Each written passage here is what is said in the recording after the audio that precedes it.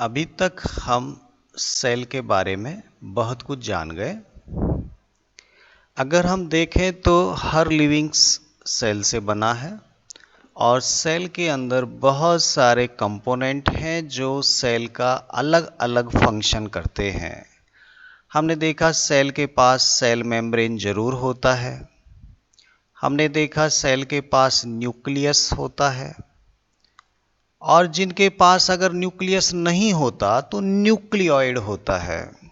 हमने बात की है ना प्रोकैरियोटिक सेल और यूकैरियोटिक सेल, तो वहां पे कंसेप्ट समझ में आया। कई सेल में न्यूक्लियस की जगह क्या होता है, ये मेम्ब्रेन नहीं होती, वो मटेरियल जो होता है क्रोमेटिन नेटवर्क वो बिखरा पड़ा रहता है, उसको न्यूक्लियोइड हमने बोला था। फिर जब हमने और आगे चलते धीरे धीरे बात किए तो हमको मालूम चला कि एंडोप्लाज्मिक रेटिकुलम भी होती है, इस तरह का एक नेटवर्क जैसा इसके अंदर। हाँ, ऐसे बहुत सारे मेम्ब्रेन के ट्यूबुलर, ये एंडोप्लाज्मिक रेटिकुलम। ठीक है, हमने इसको भी पढ़ लिया। एंडोप्लाज्मिक रेटिकुलम के बाद जब हमने पढ़ा तो ये न्यूक्लियस के पास छोटी छोटी इस तरह के पाइप जैसे ये मौजूद थे, जिनको हमने नाम दिया था गोल्जी कॉम्प्लेक्स। गोल्जी कॉम्प्लेक्स, हाँ, गोल्जी एपरेटस भी बोलते हैं। हमको ये भी मालूम है कि सेल मेम्ब्रेन का मेन काम था कि सेल के अंदर कौन आएगा और कौन जाएगा उसको कंट्रोल करती थी ये। एंडोप्लाज्मिक रेटिकुलम हमने देखा एक रफ वाली थी और एक स्मूथ वाली थी।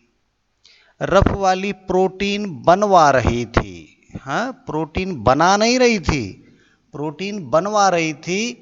और स्मूथ वाली जो है वो लिपिड बनवा रही थी, लिपिड खुद बना रही थी।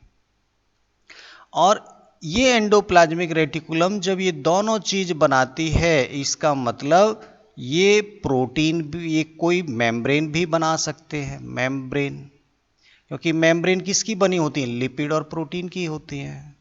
तो एंडोप्लाज्मिक रेटिकुलम के पास वो पावर है कि वो सेल के लिए जितना जरूरत होता है उतना और नई मेम्ब्रेन बना सकती है।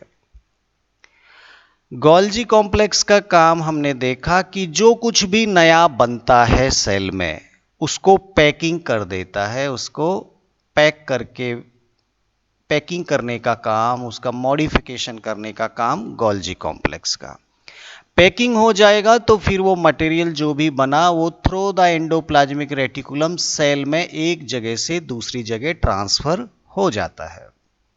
ठीक है, सिंपल, हमने ये सब पढ़ लिया। अभी आज की क्लास में हम लोग बात करेंगे लाइसोसोम। लाइसोसोम, ठीक है, ये भी एक कंपोनेंट है। जैसे सेल मेम्ब्रेन हमने पढ़ा, एंडोप्लाज्मिक रेटिकुलम पढ़ा, गोल्जी कॉम्प्लेक्स पढ़ा, ऐसे ही हमारे पास क्या है, लाइसोसोम। नाम याद करो पहले तो, लाइसोसोम। ठीक है, अब ये होता क्या है, कहां होता है, क्या करता है, यही तो जानना है। तो सेल में जैसे हमने देखा कि ये जो मेम्ब्रेन से टूट के ये जो लंबे लंबे पाइप बने थे गोल्जी कॉम्प्लेक्स के, ये क्या बने थे, गोल्जी कॉम्प्लेक्स के, क्या नाम दिया था इनको, सिस्टर्नी। याद आ रहा है आपको, सिस्टर्नी। और इधर मान लीजिए वो एंडोप्लाज्मिक रेटिकुलम है। ठीक है, इधर भी मान लीजिए ये न्यूक्लियस है, ये एंडोप्लाज्मिक रेटिकुलम है। ये वाली पोजीशन मैंने बनाई, ये वाली पोजीशन, ठीक है, ये वाली, ये क्या है, न्यूक्लियस, ये एंडोप्लाज्मिक रेटिकुलम, ये एंडोप्लाज्मिक रेटिकुलम। अब देखिए गोल्जी कॉम्प्लेक्स का, तो यहां पे जो आपका गोल्जी कॉम्प्लेक्स है इसका काम क्या था, पैकिंग करना। अगर मान लीजिए एंडोप्लाज्मिक रेटिकुलम ने यहाँ पे प्रोटीन बनाई, राइबोसोम बनाते हैं एक्चुअली प्रोटीन। प्रोटीन कौन बनाता है, राइबोसोम। मैंने बताया था बिना मेम्ब्रेन का ये सेल ऑर्गेनेल था जो न्यूक्लियस के अंदर बना और फिर बाहर आया था, ऑलरेडी हम डिस्कस कर चुके राइबोसोम। तो यहाँ पे प्रोटीन बना, ये क्या बनाया, प्रोटीन। ठीक है, ये प्रोटीन। अब ये इसके अंदर पैक होगा। तो मैंने आपको बताया था एक डायग्राम बना के कि मान लीजिए यहाँ पे आपका प्रोटीन है, तो ये मेम्ब्रेन कैसे हो जाएगी, इस तरह से हो जाएगी। हाँ, और फिर फाइनली ये क्या हो जाएगी, ये मान लीजिए इस तरह से आ जाएगी। ये पैकिंग हो गया, और फिर फाइनली क्या होगा, ये पैक हो गया। ऐसे बनाना, ये कोई भी मटेरियल इस मेम्ब्रेन में अंदर आएगा और अंदर आके पैक हो जाता है इस तरह से। अब मान लीजिए कि यहां पर जो पैक किया, वो पैक करने के बाद ये यहां पे आके इस तरह से रिलीज हो गया पैकिंग करने के बाद। अगर ये पैक करने के बाद रिलीज हुआ तो कहां जाएगा, इस साइटोप्लाज्म में जाएगा। भाई इधर से ये एंटर किया और यहां से जाकर ये ऐसे बॉल जैसा बन गया और इसके अंदर कुछ पैक हो गया। अब ऐसी बहुत सारी पैकिंग वाले ये छोटे छोटे थैले, छोटे छोटे बॉल जैसे इस साइटोप्लाज्म में तैर रहे हैं, जिनकी संख्या 2, 4, 5 कुछ हो सकती है, कोई फिक्स नहीं होता। एक्चुअल में अगर ये पैकिंग वाला कोई यूजफुल सामान है जिसको इधर से उधर भेजना है, तब तो ये चला जाता मूव करके। आप थोड़ा सेल में, मैं एक सेल का डायग्राम बना के समझाता हूं, क्लियर हो जाएगा। ये सेल है, इस सेल में ये न्यूक्लियस है, ये एंडोप्लाज्मिक रेटिकुलम, और ये गोल्जी कॉम्प्लेक्स था। ठीक है, ये गोल्जी कॉम्प्लेक्स। अब इधर से मान लीजिए इसने कुछ बनाया और ये बना के इसके अंदर पैक हो गया, पैक होके यहाँ पे निकल गया, ये पैक होके सामान निकल गया। ठीक है, अब ये अगर फूड होता तो फूड के पास जाता, कुछ और होता। एक्चुअल में कुछ स्पेशल ऐसे छोटे छोटे थैले जो वाकई में किसने बनाए, गोल्जी कॉम्प्लेक्स ने बनाए। गोल्जी कॉम्प्लेक्स कुछ सामान को पैक करके साइटोप्लाज्म में ऐसे ही छोड़ देता है। अब ये छोटे छोटे ये जो थैले जैसे हैं, ये तैर रहे साइटोप्लाज्म में, लेकिन इन्होंने जो अंदर पैकिंग किया वो सामान क्या था, उसके अंदर थे डाइजेस्टिव एंजाइम। उसके अंदर क्या थे, digestive enzyme.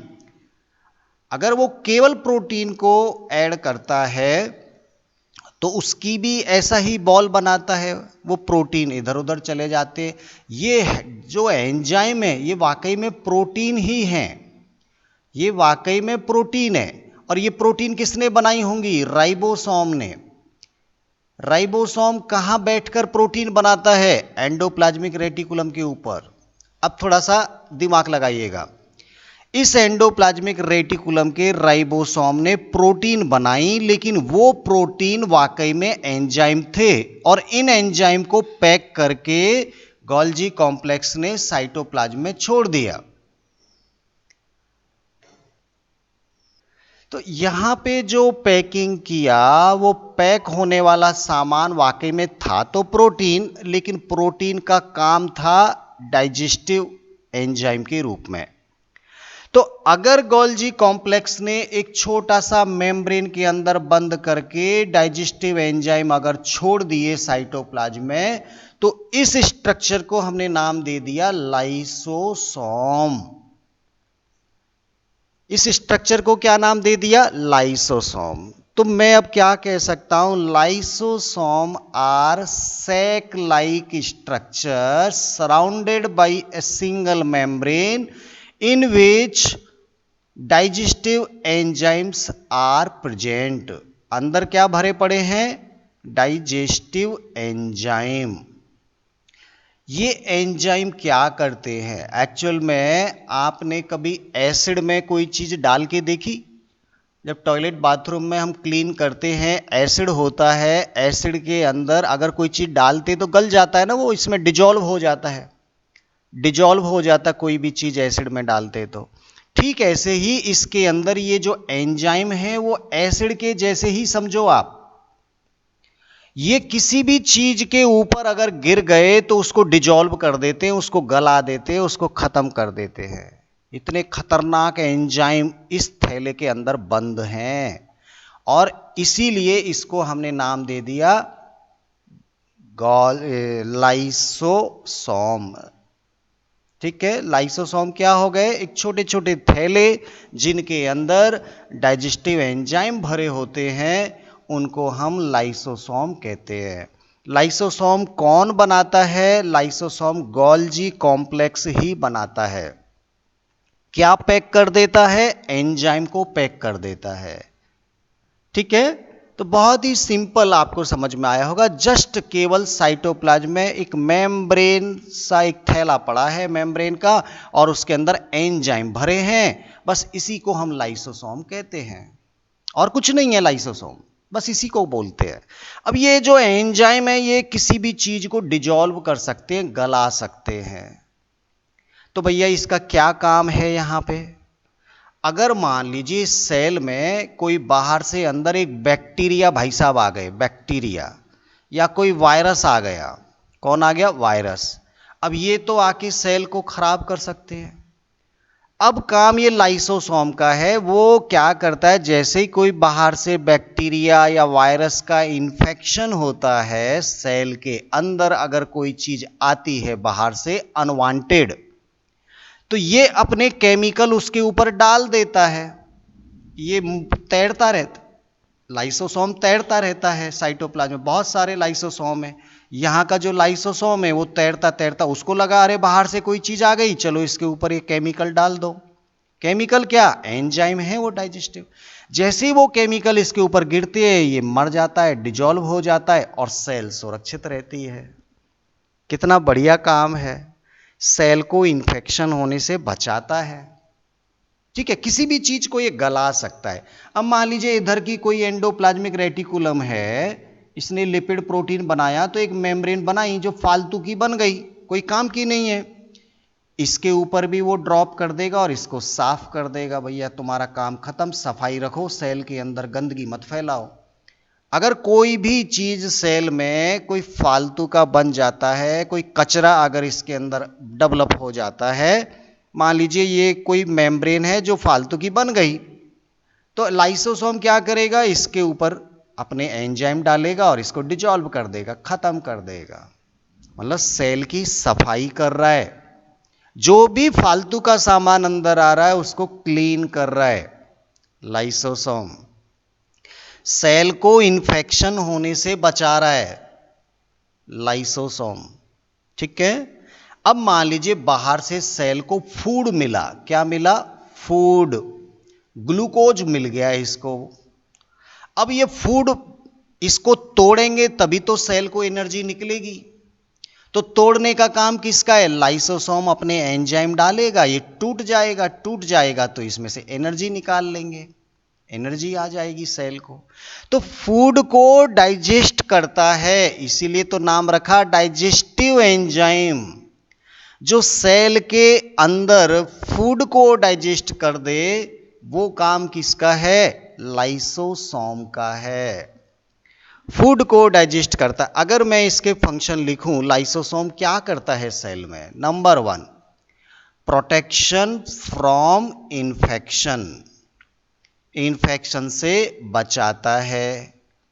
Number 2, cleaning of the cell, कोई भी कचरा, कोई भी गंदगी अगर सेल के अंदर बनती है तो उसको क्लीन कर देता है। तीसरा क्या है? डाइजेशन ऑफ फूड करता है, फूड को पचाने में मदद करता है। ये एंजाइम जब फूड के ऊपर गिरते हैं तो उससे एनर्जी निकलती है सेल के लिए। ठीक है, तो ये कुछ इंपॉर्टेंट फंक्शन है जो लाइसोसोम के अंतर्गत हम पढ़ते हैं। स्ट्रक्चर कैसी होगी? Lysosome is a sac like structure which contains digestive enzymes। एक छोटा सा मेम्ब्रेन का बना थैला जिसके अंदर डाइजेस्टिव एंजाइम मौजूद होते हैं, उस थैले को ही हम लाइसोसोम कहते हैं। अब कभी नहीं भूलोगे लाइसोसोम। ठीक है, अब देखिए एक चीज और, ये एक सेल है और इसमें ये न्यूक्लियस और ये लाइसोसोम तैर रहे इसमें। ये क्या तैर रहे? लाइसोसोम। अब मैं केवल लाइसोसोम बना रहा हूं, ये लाइसोसोम है, ठीक है। अब मान लीजिए सेल, देखिए कभी ना कभी वो डिवीजन करती रहती है, काम करती रहती है, उसका न्यूक्लियस कंट्रोल करता है हर चीज को। मान लीजिए सेल में कोई डिफेक्ट आ गया, क्या आ गया? डिफेक्ट आ गया। अब ये सेल सही ढंग से काम नहीं कर रही, इसका न्यूक्लियस खराब हो गया, या ये प्रॉब्लम कर सकती है, बीमार हो गई। अब वहाँ कोई बुखार थोड़ी आएगा सेल को, पर मान लीजिए वो जो नॉर्मल काम कर रही थी अब वो नहीं कर पा रही, इसका कंट्रोल खराब हो गया, न्यूक्लियस अब काम नहीं कर पा रहा है, तो लग रहा है कि ये सेल तो कचरा हो गई, पूरी की पूरी सेल खराब हो गई। अब क्या होगा? इस सेल को हटाना बहुत जरूरी है बॉडी में से, ऐसी खराब सेल थोड़ी होना चाहिए बॉडी में। ये सेल अपना काम करना भूल गई, खराब हो गया, ये गंदगी, मान लीजिए कुछ हो गया, इसको प्रॉब्लम हो गया सेल को, तो उस वक्त क्या होगा कि ये जो लाइसोसोम है, ये लाइसोसोम फट जाएंगे, रैप्चर्ड हो जाएंगे, फट जाएंगे, तो ये पूरा डाइजेस्टिव जो एंजाइम है वो इसमें बिखर जाएगा, पूरी सेल में डाइजेस्टिव एंजाइम बिखर जाएंगे और ये पूरी सेल को डाइजेस्ट कर देंगे, सेल को मार देंगे। केवल कब? जब आपकी सेल डैमेज हो गई है। जब सेल डैमेज हो जाती है, उसका फंक्शन खराब हो जाता है, तब लाइसोसोम क्या करते हैं? लाइसोसोम बस्ट हो जाते हैं, फट जाते हैं और होल सेल, पूरी सेल को डाइजेस्ट कर देते हैं। जिस सेल के अंदर लाइसोसोम खुद बैठा था, उस पूरी सेल को ही इन्होंने मार दिया, खुद भी मर गए, सेल को भी मार दिया, खुद भी मर गए। जिस मकान में रहता था वो मकान ही तोड़ दिया और खुद भी अंदर बैठा था। क्या होगा? पूरी सेल मर गई। हमको ऐसे लग रहा है जैसे लाइसोसोम सुसाइड कर रहा है, अपनी खुद की हत्या कर रहा है। जितने भी लाइसोसोम में सब फट जाते हैं और पूरी सेल को खत्म कर देते हैं। ऐसा होना जरूरी भी है, क्योंकि वो डिफेक्टिव सेल अगर बॉडी में रहेगी तो प्रॉब्लम करेगी। तो खुद सेल अपने आप को खत्म कर लेती हैं with the help of lysosome enzymes. Lysosome फट जाते हैं। इसलिए इन छोटे छोटे थैलों को, जिनके अंदर ये एंजाइम्स भरे रहते हैं, जिनको हम लाइसोसोम बोलते हैं, इनको हम एक नाम और दिया है, इनको हम बोलते हैं सुसाइडल बैग। इनको क्या नाम दिया? सुसाइडल बैग, सुसाइड बैग, ठीक है। तो एक क्वेश्चन बहुत आता है कि लाइसोसोम को सुसाइडल बैग क्यों बोलते हैं? तो आंसर आपको लिखना पड़ेगा कि जब सेल डैमेज हो जाती है तब लाइसोसोम खुद फट के पूरी सेल को डाइजेस्ट कर देते हैं, इसीलिए हम लाइसोसोम को सुसाइड बैग बोलते हैं, ठीक है। चलिए, तो फिर अगर ये सुसाइडल बैग लाइसोसोम हमको समझ में आया, तो अब हम बात करेंगे एक और एडिशनल कंपोनेंट जो हर सेल में मिलता है। उसका नाम होगा माइटोकॉन्ड्रिया। माइटोकॉन्ड्रिया ये क्या चीज है और ये कहाँ मिलता है, क्या करता है, कैसा होता है? बस यही तो सवाल है। हमको क्या क्या जानना होता है, इसकी स्ट्रक्चर क्या है, इसकी लोकेशन क्या है, कहाँ मिलता है सेल में, और ये क्या करता है सेल के अंदर, फंक्शन क्या है, यही तो जानते हैं हम लोग। बस इतना सा पढ़ना है। तो भाई मिलेगा तो सेल के अंदर, तभी तो हम पढ़ रहे हैं माइटोकॉन्ड्रिया। तो पहले तो एक सेल बना दो, ये सेल हो गई। अब सेल सेल जैसी जब तक नहीं लगती, जब तक एक न्यूक्लियस नहीं बनाते, तो मैंने न्यूक्लियस बना दिया, ठीक है। अब यहां पे क्या भरा पड़ा है? यहां साइटोप्लाज्म भरा पड़ा है। जो कुछ भी है वो इस साइटोप्लाज्म में ही तो है, तो माइटोकॉन्ड्रिया भी यही होगा। अब वो अलग चीज है तो उसका खुद का मेम्ब्रेन होगा। ये लो मैंने मेम्ब्रेन बना दी, सर ऐसी मेम्ब्रेन तो आपने लाइसोसोम में भी बनाई, लेकिन उसके अंदर क्या भरे थे? डाइजेस्टिव एंजाइम भरे थे। डाइजेस्टिव एंजाइम भरे थे तो नाम दिया लाइसोसोम। जो पैकिंग कर रहे थे, इस तरह के जो थैले थे मेम्ब्रेन के बने, उनको नाम दिया था गोल्जी कॉम्प्लेक्स। ऐसे ही एक और सेल ऑर्गेनेल है जिसका नाम है माइटोकॉन्ड्रिया। लेकिन जैसे न्यूक्लियस के पास दो मेम्ब्रेन थी, याद करो, न्यूक्लियस के पास डबल मेम्ब्रेन थी, इसके पास भी डबल मेम्ब्रेन होती है। ये इसमें इंपॉर्टेंट है, दो दो मेम्ब्रेन इसके पास है, और ये भी साइटोप्लाज्म में है, और इनकी संख्या एक सेल में कितनी भी हो सकती है। कम होगा, ज्यादा होगा, ये डिपेंड करता है सेल कितना काम करती है। जो ज्यादा एक्टिव सेल है उसमें ज्यादा माइटोकॉन्ड्रिया होंगे, जो कम एक्टिव सेल है उसमें कम माइटोकॉन्ड्रिया होंगे। तो ये तो सर सिंपल हो गया कि इसमें दो मेम्ब्रेन है। चलो मैंने ये मेम्ब्रेन बना दी, दो मेम्ब्रेन। क्या सर मैं इनको माइटोकॉन्ड्रिया बोल दूं? हाँ जरूर बोलना है, लेकिन बाकी से अलग भी तो दिखना चाहिए। अब इसको अलग दिखते हैं जब हमने माइटोकॉन्ड्रिया को निकाल कर देखा बाहर, तो इसकी एक मेम्ब्रेन तो ऐसी थी जैसे बाकी सबकी है। जैसे इसकी एक मेम्ब्रेन थी, हाँ, और ये भी मेम्ब्रेन थी, बिल्कुल ऐसी ही है मेम्ब्रेन तो। लेकिन इसकी जो अंदर वाली मेम्ब्रेन है, जैसे ये वाली जो मेम्ब्रेन है ना, ये इसके अंदर एक और मेम्ब्रेन है। डबल तो मैंने बोल दिया था, लेकिन ये जो अंदर वाली मेम्ब्रेन है, ये इस तरह से नीचे लटका आती है, लटक के फिर दोबारा ऊपर चली जाती है, फिर ऐसे घूम के आती है, फिर नीचे लटक आती है, फिर ऐसे घूम के जाती है। ये इसमें ऐसे फोल्डिंग फोल्डिंग फोल्डिंग से हो रहा है। ये देखो ऐसे, ये इस तरह के फोल्डिंग्स पाए जाते हैं अंदर वाली मेम्ब्रेन में, ये इस तरह से। तो देखो बाहर वाली मेम्ब्रेन तो एकदम ऐसे स्मूथ, बिल्कुल स्मूथ, और ये अंदर की मेम्ब्रेन कैसी है? ये अंदर को लटकाती है इस तरह से, इसको बोलते हैं फोल्डिंग। ये क्या है? एक फोल्ड है। जैसे ये मान लीजिए एक मेम्ब्रेन है, वो ऐसे नीचे लटक गई और फिर ये मेम्ब्रेन ऐसे बन गई, तो है तो मेम्ब्रेन ना। ये मेम्ब्रेन क्या करती है? ऐसे लटकने से क्या होता है? सरफेस एरिया बहुत बढ़ जाता है। देखो अगर यहां से लेके यहां की लंबाई अगर हम देखें बाहर वाली मेम्ब्रेन की, तो सपोज 50 सेंटीमीटर, सपोज।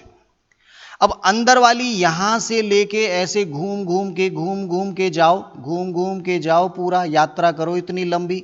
अब ये 50 सेंटीमीटर से तो ज्यादा ही हो गई, कम से कम 200 सेंटीमीटर की हो गई होगी ये मेम्ब्रेन अंदर वाली, क्योंकि ऐसे लटक के जा रही है ना, ये घूम रही है, देखो ऐसे। तो ये जो फोल्डिंग्स बनाती है अंदर वाली मेम्ब्रेन, उससे सरफेस एरिया बढ़ जाता है। क्या बढ़ जाता है? Surface area. और ये जो इस तरह के आउटग्रोथ बन रहे हैं, जो उभार से बन रहे हैं अंदर, इनको हम बोलते हैं क्रिस्टी। इनको क्या बोलते हैं? क्रिस्टी। सर नए नए नाम याद कराओगे भैया? हो जाए तो करो, ये तो याद करना पड़ेगा। क्रिस्टी बोलते हैं इनको। हाँ, बाहर की मेम्ब्रेन एकदम स्मूथ। अब इसके अंदर जो भरा पड़ा है, ये एरिया इसका खाली है, ये मैंने इसको अंदर ये लिक्विड सा भर दिया, पानी पानी पानी पानी सा भरा है अंदर। जो कमरा खाली है ना, इसमें पूरा पानी जैसा भरा पड़ा है। देखो ये समझ में आना चाहिए। ये जो अंदर पानी जैसा भरा है, इसको नाम देते हैं मैट्रिक्स। इसको क्या बोलते हैं? मैट्रिक्स। तो अभी तक आपको इतना समझ में आया होगा कि माइटोकॉन्ड्रिया साइटोप्लाज्म में पाए जाते हैं। माइटोकॉन्ड्रिया एक ऐसा सेल ऑर्गेनेल है जिसमें दो मेम्ब्रेन होती हैं, डबल मेम्ब्रेन। इसकी बाहर की मेम्ब्रेन स्मूथ होती है, लेकिन अंदर की मेम्ब्रेन इनर फोल्डिंग्स बनाती है और इन फोल्डिंग्स को हम बोलते हैं क्रिस्टी। और एक माइटोकॉन्ड्रिया के अंदर जो फ्लूइड भरा रहता है, जो वाटरी कंटेंट जैसा भरा पड़ा है, उसको बोलते हैं मैट्रिक्स। ठीक है। अब जब इस मैट्रिक्स को हमने देखा, ये जो पानी पानी सा भरा है, तो हमको कहीं कहीं बीच में इस तरह से डीएनए मिला। डीएनए क्या मिला? डीएनए। और हमने देखा तो इसमें राइबोसोम भी मिले। राइबोसोम भी मिले। राइबोसोम। अब दो चीज आपको समझ में आना चाहिए कि मैट्रिक्स में जब हमने माइटोकॉन्ड्रिया का मैट्रिक्स देखा तो उस मैट्रिक्स में दो चीज और एक्स्ट्रा हमको दिखाई दी। पहला, उसके अंदर डीएनए मिला और दूसरा, उसके पास राइबोसोम मिला। ये इनसाइड द माइटोकॉन्ड्रिया की बात कर रहा हूं। अब जब हम एक सेल बनाते हैं, ये न्यूक्लियस मैंने बनाया, तो पूरी सेल का डीएनए कहां है? न्यूक्लियस के अंदर।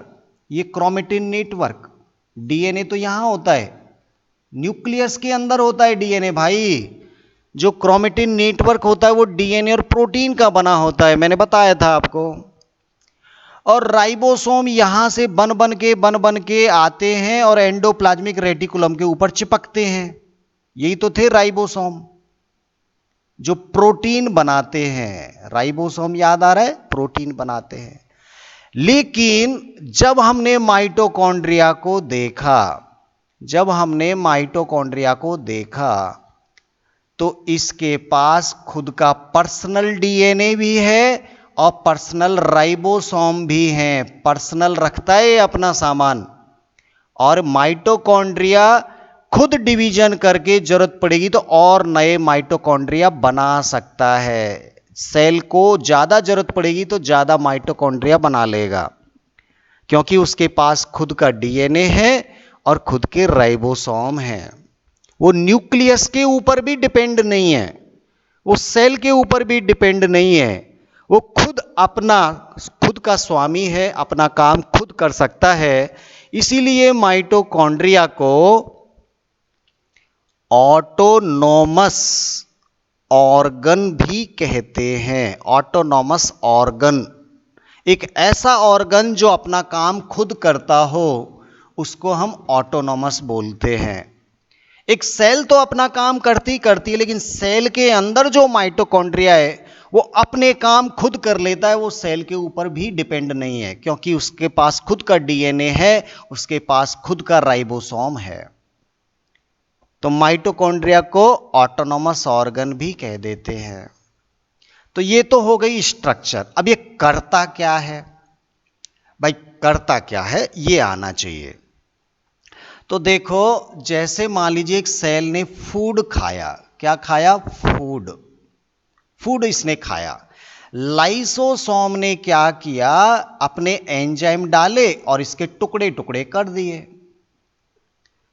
लाइसोसोम ने इस फूड को तोड़ दिया, फ्रेगमेंट कर दिए, टुकड़े कर दिए।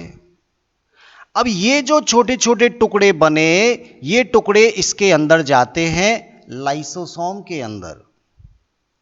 तो fragment of food will enter inside the mitochondria. Mitochondria के अंदर फूड चला गया। पूरा फूड नहीं जा सकता था, पहले तोड़ना पड़ेगा। लाइसोसोम तोड़ता है, फिर फूड अंदर चला जाएगा माइटोकॉन्ड्रिया में। और माइटोकॉन्ड्रिया उनको तोड़ तोड़ के बहुत एनर्जी बनाएगा, और एनर्जी बना बना के एटीपी बनाता रहता है। ये बिल्कुल ऐसी ही बात है जैसे ये एक फैक्ट्री है, इसमें सामान आ रहा है और ये सामान को मॉडिफाइड करके उनको पैकेट बना बना के पैकेट भेजती जा रही है, ऐसे पैकेट निकालती जा रही है। तो इसके अंदर कौन आया? फूड आया। और फूड को तोड़ तोड़ के जो बाहर निकाल रहा है वो क्या है? वो एटीपी है। मतलब माइटोकॉन्ड्रिया एटीपी बनाता है। और एटीपी क्या है? वाकई में उस फूड के अंदर जो एनर्जी थी वो एनर्जी ही होती है और इसी एनर्जी से सेल काम करती है। फूड की एनर्जी को एटीपी एनर्जी में कन्वर्ट करता है माइटोकॉन्ड्रिया, और सेल को जब भी एनर्जी की जरूरत है वो एटीपी को खर्च करता रहेगा। तो पूरी सेल के लिए एटीपी कौन बनाता है? माइटोकॉन्ड्रिया बनाता है। यही वो पावर सिस्टम है जो एटीपी बनाता है। काम करने के लिए एटीपी की जरूरत होती है, एनर्जी की जरूरत होती है, लेकिन एटीपी बनाएगा कौन? माइटोकॉन्ड्रिया। इसीलिए माइटोकॉन्ड्रिया को हम बोलते हैं power house of the cell. एक सेल का पावर हाउस होता है माइटोकॉन्ड्रिया। पावर हाउस से हमको लाइट मिलता है, एनर्जी मिलता है, चाहे हम पंखा चलाएं, चाहे हम फ्रिज चलाएं, चाहे एसी चलाएं, लाइट आएगी तभी तो चलेगा। ऐसे ही सेल को बहुत सारे काम करना है, चाहे उसे कुछ पैकिंग करना है, चाहे उसे प्रोटीन बनाना है, चाहे उसे डीएनए बनाना है, बनाने के लिए पावर चाहिए। पावर कौन देता है? पावर देता है माइटोकॉन्ड्रिया। बात समझ में आई?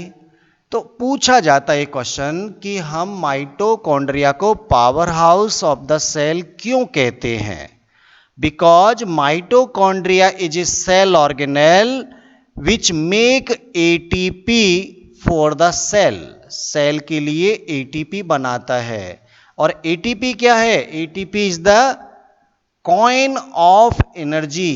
कॉइन ऑफ एनर्जी, एनर्जी का एक तरह का सिक्का है। कितने सिक्के बनाए उतना ही काम करेगी cell.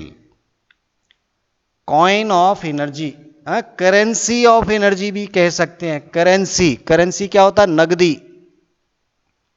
Currency of cell, currency of cell किसे बोलते हैं? एटीपी को बोलते हैं भाई। एटीपी वो यूनिट है जिससे सेल को एनर्जी मिलती है। इसका पूरा नाम है एडिनोसिन ट्राइफॉस्फेट। एडिनोसिन ट्राइफॉस्फेट कौन बनाता है? एडिनोसिन ट्राइफॉस्फेट माइटोकॉन्ड्रिया बनाता है। इसीलिए माइटोकॉन्ड्रिया को क्या कहते हैं? Power house of the cell कहते हैं। तो बस इतना ही आपको समझना था। माइटोकॉन्ड्रिया खुद का डीएनए, खुद का राइबोसोम रखता है, इसलिए इसको हम ऑटोनॉमस ऑर्गन भी कहते हैं। ये कंसेप्ट पूरा हो गया। दो मेम्ब्रेन वाला है, अंदर की मेम्ब्रेन में फोल्डिंग है, फोल्डिंग को क्रिस्टी कहते हैं, और माइटोकॉन्ड्रिया के अंदर जो पानी जैसा भरा है उसे हम मैट्रिक्स कहते हैं। Is that clear? माइटोकॉन्ड्रिया भी खत्म हो गया। कल एक लास्ट क्लास इस चैप्टर की लेंगे जिसमें हम बात करेंगे प्लास्टिड और वैक्यूल की। प्लास्टिड एंड वैक्यूल, उसके बाद ये चैप्टर आपका कंप्लीट हो जाएगा। कल लास्ट क्लास।